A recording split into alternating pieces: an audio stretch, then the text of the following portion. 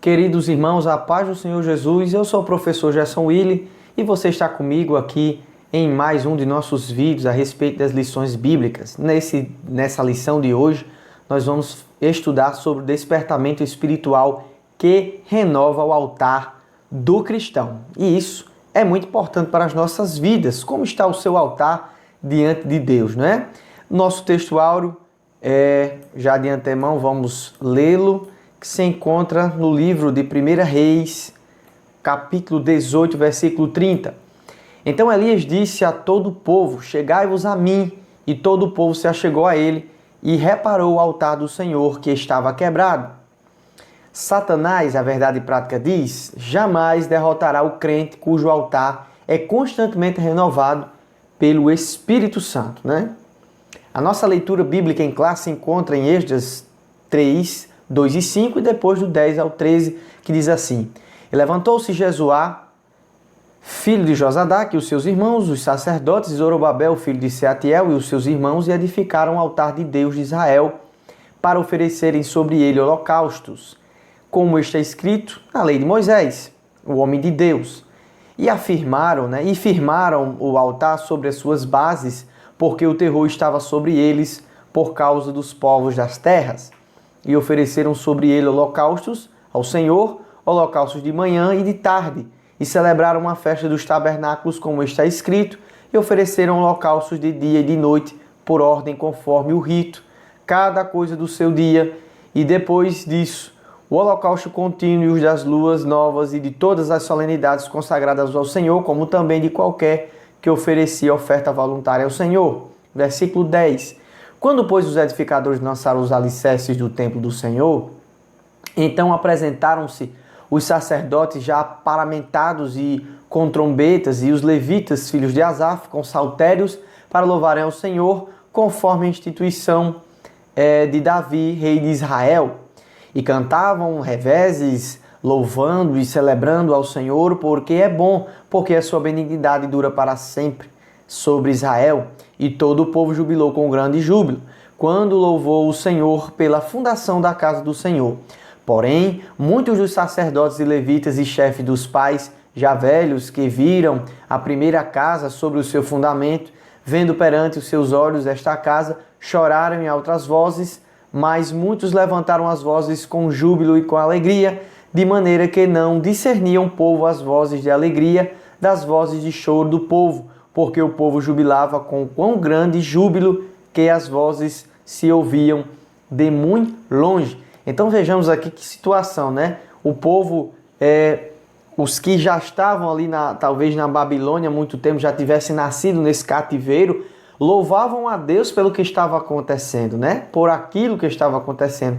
Mas alguns velhos que já tinham visto a glória do templo antigo, como era, cheia de prata, de ouro, uma obra magnífica, começaram a chorar por ver a situação. Olha só, nós estamos fazendo aqui, celebrando esse culto nesse alicerce, nesse altar aqui em pedra bruta. Antigamente fazíamos isso em ouro e começaram a chorar. E aí, irmãos, antes da gente entrar nos nossos objetivos, já de mão aqui nós já vemos dois tipos de pessoas: aqueles que agradecem a Deus e aqueles que ficam presos no passado. Devemos agradecer a Deus por aquilo que Ele está fazendo, pelo renovo. E aí a gente lembra do profeta Ageu que diz: olhe, vocês estão vendo esse tempo desse jeito, estão lembrando da glória daquele tempo passado. Deus diz que minha prata, meu ouro, a glória dessa última casa vai ser maior do que a da primeira, porque desse lugar eu vou dar minha paz. E aí eu acredito que é uma referência, né, ao novo templo, que é os nossos corações se referindo a Jesus Cristo uma vez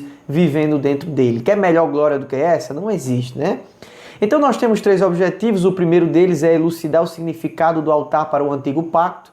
O segundo é entender que Cristo é o centro da nossa comunhão com Deus. Sem Cristo no centro, não existe uma comunhão verdadeira com Deus.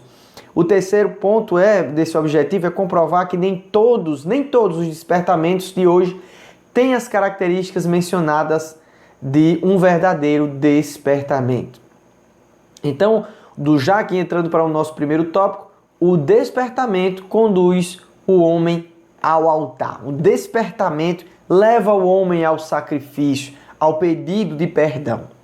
O nosso subtópico diz: os judeus sentiam a necessidade do acesso a Deus, que o altar lhes proporcionava. Veja só esse contexto. O povo já estava ali preso, cativo há algum tempo, e agora do nada eles recebem a liberdade, né? Do nada, digamos assim, porque a gente sabe que já existia uma profecia. O profeta Jeremias, capítulo 25, vários outros momentos, e o profeta Isaías também fala desse exílio e também do pós-exílio, né? E o que acontece? Eles estavam ali com necessidades de renovar a aliança com Deus, de relembrar o pacto com o Senhor, e isso tudo conforme a lei de Israel. Então Esdras 3:3 diz assim: o terror estava com eles, né, por conta dos outros povos. Eles estavam agora um pouco temerosos. Veja, um pássaro, quando está preso numa gaiola, digamos essa metáfora aqui, quando vai sair, ele não sai de vez, ele às vezes olha, fica. Eu já vi isso em alguns vídeos. O pássaro não vai de uma vez por todas, ele realmente percebe se ele está livre ou não. Será que estou livre mesmo? E aí ele acaba e toma liberdade. É mais ou menos assim como o povo de Israel estava se sentindo. Se coloca no lugar para você entender como esse momento que a gente vai falar, que é um momento muito emocionante, muito marcante da vida de quem presenciou, e também quando você lê nesses escritos, como é maravilhoso, né? Então existiam alguns desafios, né? O desafio de iniciar algo com os inimigos ao redor, olhando, né? Que a gente vai ver que tem inimigos, né? Em outras lições. E ainda com as marcas profundas do exílio. Esse temor vem dessas marcas, né? Sempre viveu subjugado, sempre viveu preso, sempre viveu sob um legado de uma religião diferente, que adorava Nebo, que adorava Bel, né? Mas aí Isaías diz assim: cadê Bel, cadê Nebo? Cadê eles? Perderam as forças? Deus ironizando esses deuses depois que liberta o seu povo. Então esses exílios, né, deixaram os judeus um tanto temerosos, mas Deus havia de despertar homens de valor para a continuidade da sua obra, como Esdras e Neemias. Então a chama acesa do altar renova a fé, a força dos judeus. Quando eles viram a chama acesa mais uma vez, quando eles viram o culto restaurado mais uma vez, eles renovaram a força. E aí, irmãos, dá pra gente lembrar desse período que nós estamos enfrentando, né? Dessa grande pandemia, dessa situação terrível, onde fechou as nossas igrejas, praticamente em dado momento 100% delas fechadas. Eu sei que alguns irmãos já estão voltando a terem as suas atividades presenciais, e aí com toda aquela cautela, mas a gente sabe que a emoção é muito grande quando a gente volta, né? Quando a gente chega, quando a gente olha de novo aquele culto, você sente saudade da liturgia, você sente saudade de cumprir o que estava escrito na palavra, que é estar comungando com os irmãos, em comunhão. Então veja como esses judeus se sentiam. Depois de 70 anos presos, sem fazer o culto realmente genuíno como deveria ser, agora eles estão juntos novamente, e ainda mais dado por uma promessa de Deus tão maravilhosa. E veja aqui o que é que diz em Esdras 3:2. Oferecerem sobre ele holocaustos conforme está escrito na lei de Moisés.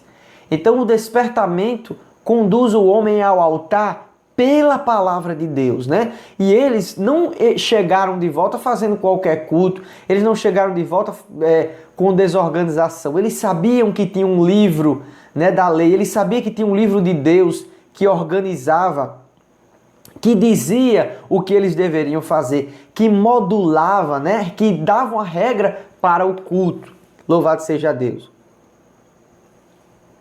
Então, o verdadeiro avivamento restaura a adoração conforme a palavra. O verdadeiro avivamento não vai fazer com que você adore desgovernadamente, ou seja, sem regras.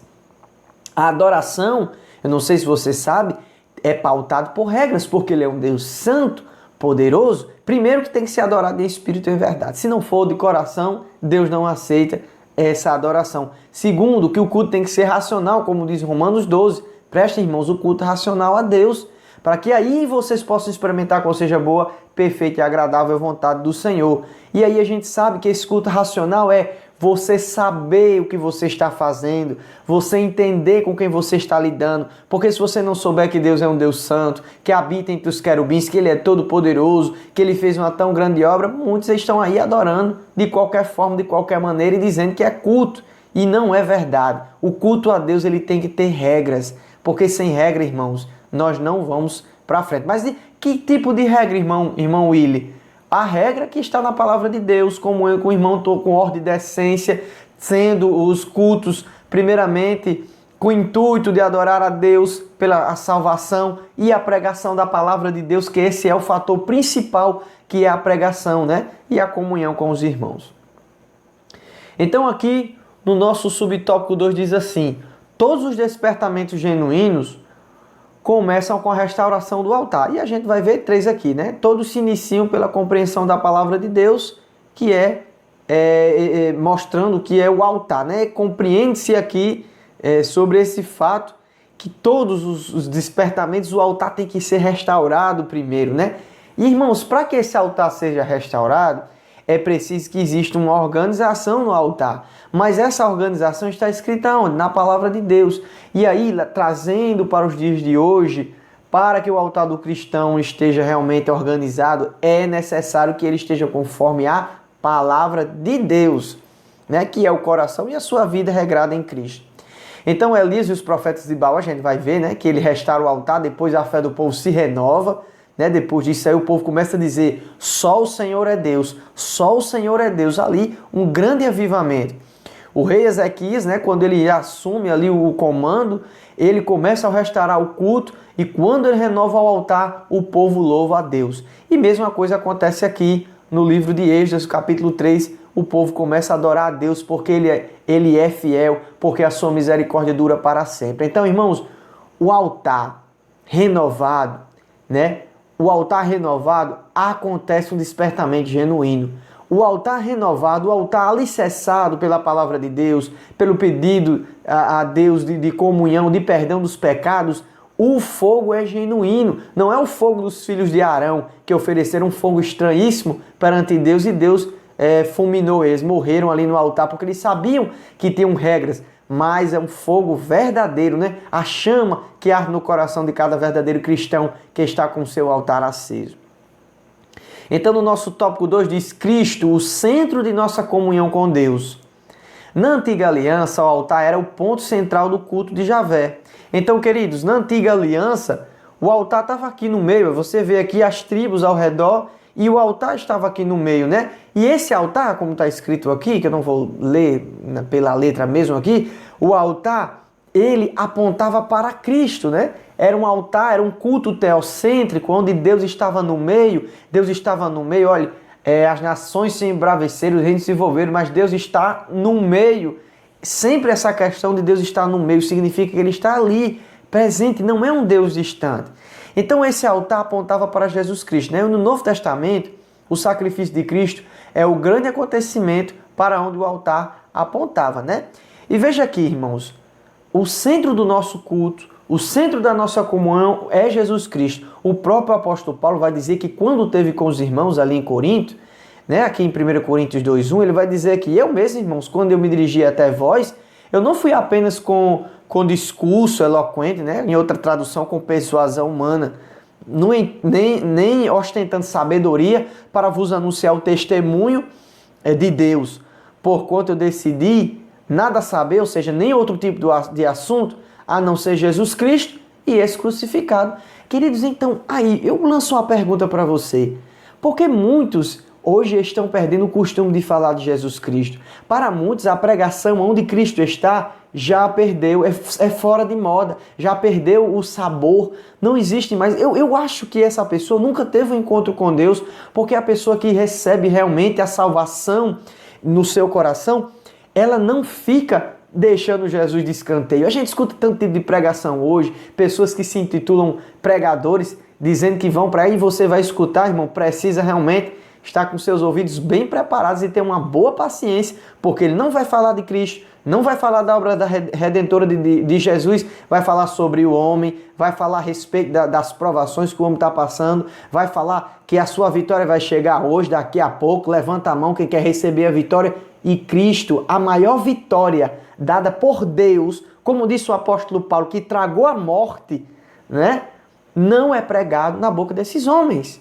E aí nós precisamos voltar ao evangelho genuíno, que prega a palavra de Deus. Eu sei, irmãos, que precisamos de palavra de conforto. Que é maior conforto do que Cristo já ter recebido por nós a pena que deveria ser para as nossas vidas. Voltemos ao evangelho da cruz. Como o apóstolo Paulo diz, eu não cheguei até vós falando de outro tipo de assunto, né? Com conversas paralelas, a não ser Cristo e esse crucificado. Por que esse crucificado? Porque ele está falando do sacrifício de Deus, que é o ponto central, onde o Velho Testamento, onde o Novo Testamento se combinam, né? O Novo Testamento aponta para o sacrifício de Cristo, como o Velho Testamento, pelos rituais, pelo tabernáculo, por tudo o que aconteceu ali, está apontando para o sacrifício de Cristo e a salvação do mais vil pecador.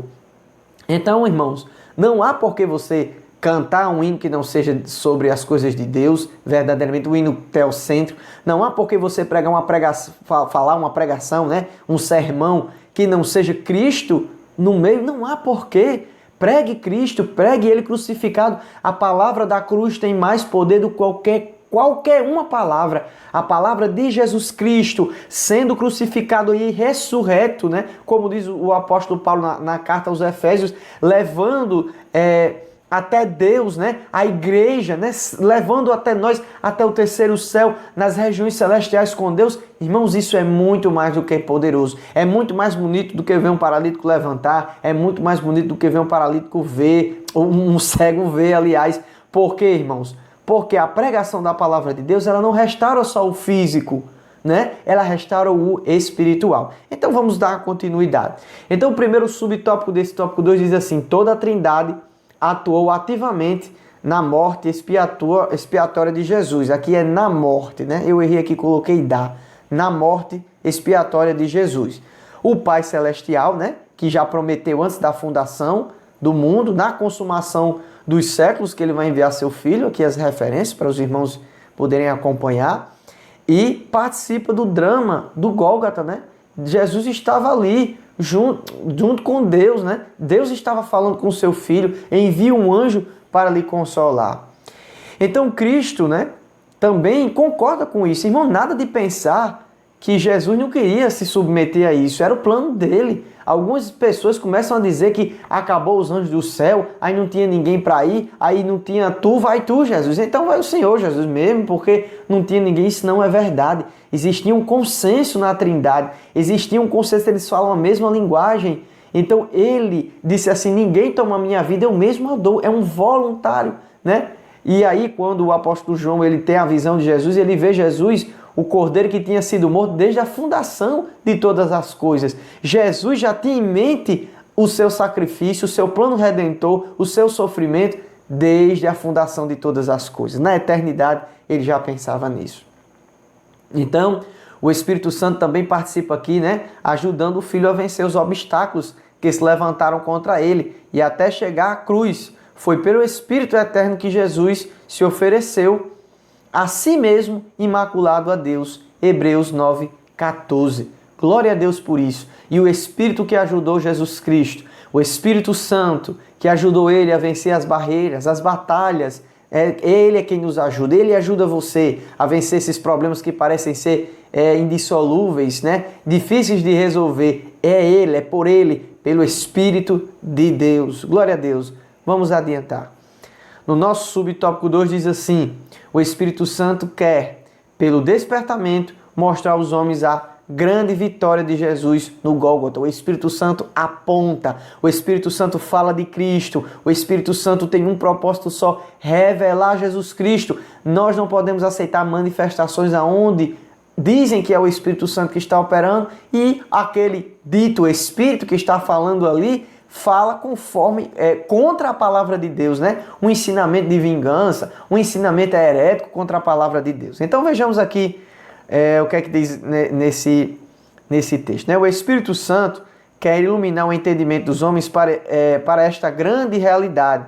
Depois de seres iluminados, suportareis grande combate de aflições. Então depois que o Espírito, irmão, ilumina o seu coração e mostra a você o grande poder que Deus revelou sobre as nossas vidas, a grande salvação que Ele fez nos nossos corações, nós, aqui o escritor aos Hebreus diz assim, suportamos grandes combates, estamos preparados. Você olha e diz assim: eu já tenho uma vitória dada por Cristo Jesus na cruz. Eu não preciso vencer, Ele já venceu por mim. Ele luta as minhas batalhas, é Ele quem vai na frente, porque o Espírito mostra, ilumina que o maior presente você já recebeu, que é a salvação. Então o Espírito Santo e a morte de Cristo. Vejamos aqui, ele revela a morte de Cristo, ele ensina sobre essa morte, ele explica sobre essa morte e ele penetra todas as coisas. Revelou a Pedro que Jesus era o Filho do Deus vivo, não é? Os discípulos no caminho de Emaús arderam os corações quando ouviram Jesus falando. Quem fez arder? O Espírito Santo. Ele nos explica que a morte de Jesus é suficiente para a salvação. Hebreus capítulo 10, versículo 19. E penetra, todas as coisas, a luz da glória de Cristo revelada na cruz é uma luz que tudo manifesta, vai manifestar. Por isso que o apóstolo Paulo ora para o entendimento, para que vocês possam compreender, para que vocês possam entender a magnitude daquilo que você está lidando, daquilo que você recebeu de Deus. Então ele revela, ele ensina, ele explica, ele penetra nos nossos corações. Irmãos, falando de quê? Falando de Jesus Cristo e da sua obra redentora. Queridos, nós não podemos estar vivendo um evangelho, como diz o apóstolo Paulo, pensando só nessa vida. Seríamos os mais miseráveis dos homens. O Espírito Santo mostra Jesus Cristo e mostra o final de todas as coisas, que é um final de alegria, de gozo eterno, que é estar com Ele nas alturas e sempre participando das suas obras, das suas maravilhas. Então, chegando aqui no nosso tópico 3 e o final da nossa aula já, cuidado com as imitações. E você já viu meu tom de voz desde o início aqui da aula, falando a respeito disso. Queridos, nós não podemos ser passivos em relação a essas coisas. Nós temos que ser criteriosos, nós temos que ser igual aos bereanos, que abriram a palavra de Deus, olharam os ensinamentos de Paulo para ver se estavam conforme a palavra de Deus. Então vejamos o que o comentarista, o saudoso pastor Eurico, diz aqui. Alguns dizem que nem todos os despertamentos de hoje têm as características que são mencionadas nesta lição. Concordamos plenamente, é verdade, Já no tempo dos apóstolos havia movimentos, realmente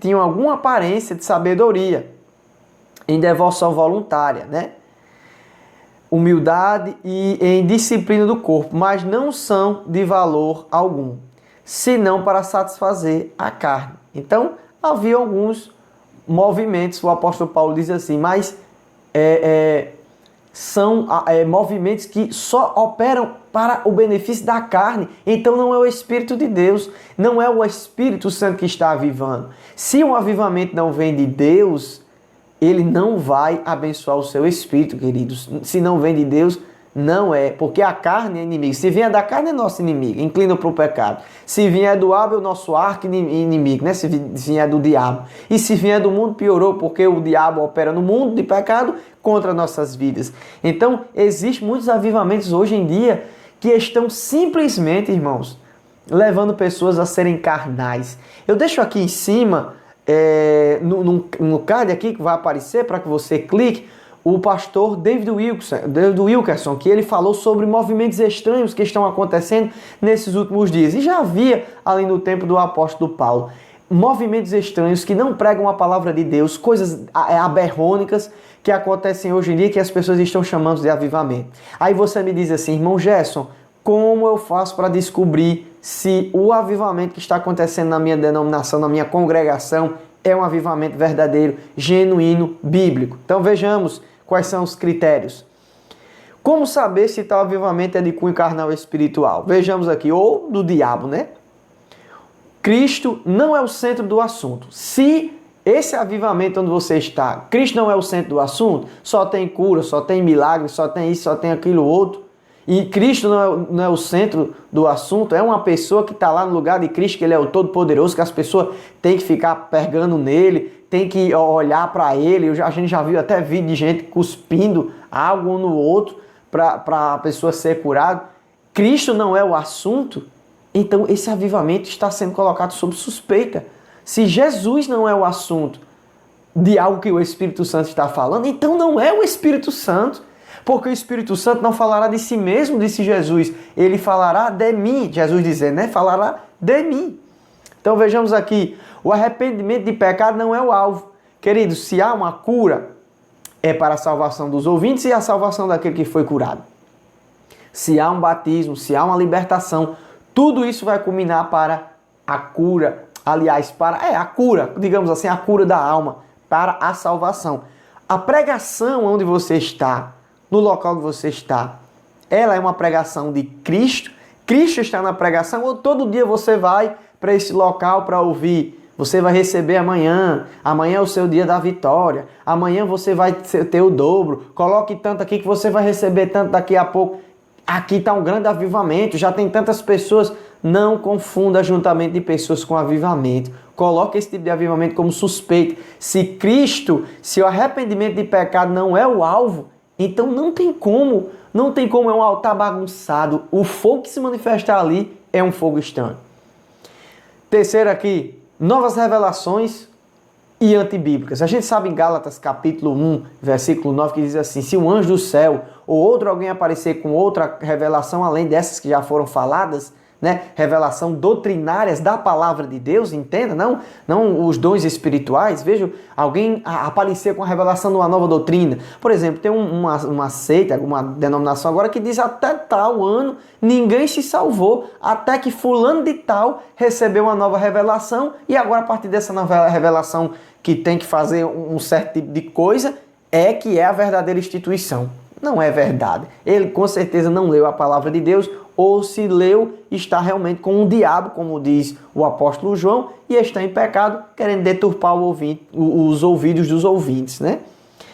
E também nesses falsos avivamentos existe uma falsa humildade, uma falsa liberdade. As pessoas ficam presas, elas não se sentem livres, elas recebem uma falsa liberdade. E a pessoa que está promovendo esse avivamento é uma pessoa totalmente arrogante, é uma pessoa totalmente sem escrúpulo, sem nenhum tipo de amor ao próximo. Ela se irrita fácil com críticas, ela fica indignada quando alguém pergunta: mas isso aqui está na Bíblia, isso que você está fazendo? Isso aqui que você está falando? Irmãos, eu não entendo como alguém consegue se irritar, um pregador, uma pessoa que realmente prega a palavra de Deus, que diz que prega a palavra de Deus, quando o irmão abre uma Bíblia ou depois do culto vem perguntar a ele onde é que está escrito aquilo que ele falou. Era para a pessoa simplesmente dizer: muito bem, parabéns, é assim que tem que ser conduzido. Mas existe uma cultura que está sendo impregnada na mente de alguns que a gente tem que ficar calado porque nós não devemos julgar. Mas isso aí também é contra o que o apóstolo Paulo diz, né? Se nós havemos de julgar os anjos, porque também vocês não podem julgar as coisas mínimas que acontecem dentro da igreja. Então, chegando no nosso último ponto aqui para descobrir se o avivamento, né, se o despertamento que está acontecendo é genuíno, a gente sabe que ninguém é instigado a realmente ler a palavra. Ninguém é instigado. Ele diz que está na Bíblia, mas lê trechos isolados, trechos pequenos. Mas ele não é instigado, a plateia, a população que está ali, as pessoas não são instigadas a dizer: olha, o que eu estou falando aqui está pela Bíblia. Veja, é só algo passado de pano. E as pessoas estão acostumadas a viverem o evangelho fast food, né? Que nem a gente escuta muito por aí. A viver esse tipo de evangelho onde simplesmente as pessoas só querem receber já mastigado, não querem ler a palavra de Deus. Queridos irmãos, a conclusão desta lição precisamos estar com o nosso altar preparado. Quando o altar é preparado, organizado, vem o despertamento, renova a nossa fé. Esteja com o seu altar preparado e observe criteriosamente tipos de avivamento e manifestações que estão acontecendo por aí, porque muitos são imitações e não são realmente a palavra de Deus. Eu quero agradecer a Deus a oportunidade de estar com vocês aqui mais uma vez e dizer que os nossos slides, como estava passando agora há pouco, está aqui disponível no nosso canal. Os irmãos que estão assistindo aqui e vai assistir domingo, eu digo a paz do Senhor e nos vemos domingo. Os outros irmãos, só até a próxima semana. Deus abençoe a todos. Amém.